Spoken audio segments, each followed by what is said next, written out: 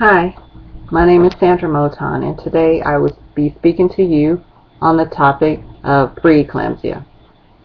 Many of you may ask, well, what exactly is preeclampsia? Preeclampsia is a pregnancy-induced hypertension or high blood pressure. It is commonly or formerly known as toxemia. I will be speaking to you firsthand on the condition. It is a condition that I developed with both of my pregnancies. Some of the signs and symptoms that you may want to look for when you are going through preeclampsia are excessive vomiting, nausea. You may experience a lot of dizziness, severe headache. You may notice that you're having a reduce in your urine output, or you may not even be doing much urine at all. Some of the risk factors for preeclampsia includes if you already have high blood pressure. I was in that category. I had been diagnosed with hypertension, high blood pressure before my first pregnancy and delivery, so that put me in a high category of preeclampsia, and I did in fact develop it.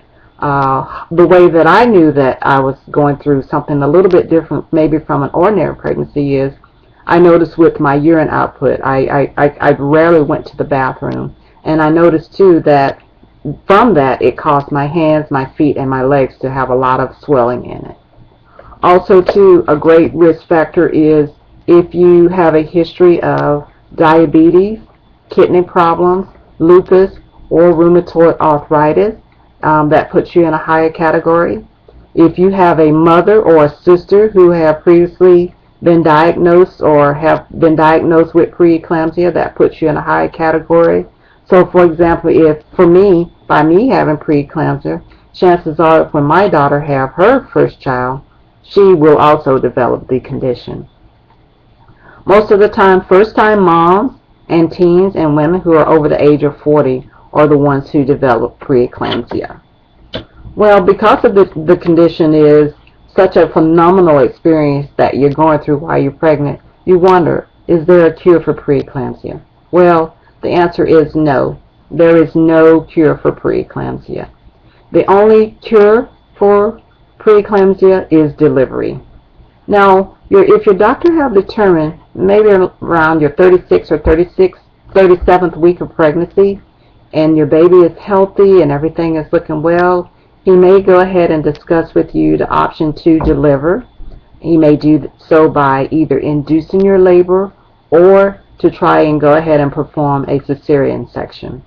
By doing so, this will go ahead and relieve your body. Once you have the child, then that makes the condition a lot more easier to manage. In my instance, when I had my daughter, as soon as I had her, my preeclampsia symptoms went away. During my second pregnancy with my son, my conditions were a lot more severe because at that time it had put me in another category. At this point, I had already had high blood pressure and I already had previously had preeclampsia. Before my son was born, about week 30, my doctor put me on strict bed rest. My conditions was a little bit, like I said, a little bit more advanced than it was during my first pregnancy. Well, what I ended up doing is, near my 37th week to the date, my doctor, he called me in. He said, I think we want to have a birthday today. He said, I have a bed waiting for you. Can you come on in?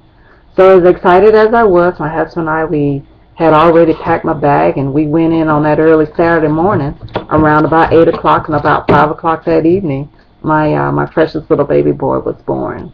During my time with preeclampsia with him, I had to make very regular and frequent doctor visits.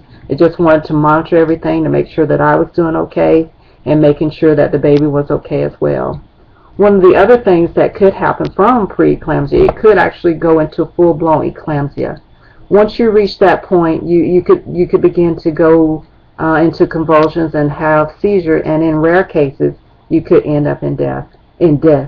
So I was very fortunate to have the special care that I had, the medical attention that I seek, and I just want to make people aware that if you're going through your first pregnancy, even if it's your second or your third pregnancy, Become aware of what's going on to your body. Know what the signs and symptoms are. Make sure you're doing regular doctor visits, and just take care of yourself and take care of that new baby boy that you're bringing into the world. So in conclusion, I would like to tell you that make sure you're doing a regular checkup with your doctor, your scheduled appointment, and if you feel that anything is out of place, anything that doesn't feel ordinary and regular to you, by all means, please go ahead and get it checked out. It could be a condition that could go ahead and be taken care of, because early detection is the best key. So once again, I thank you for your listening ears, and have a great day.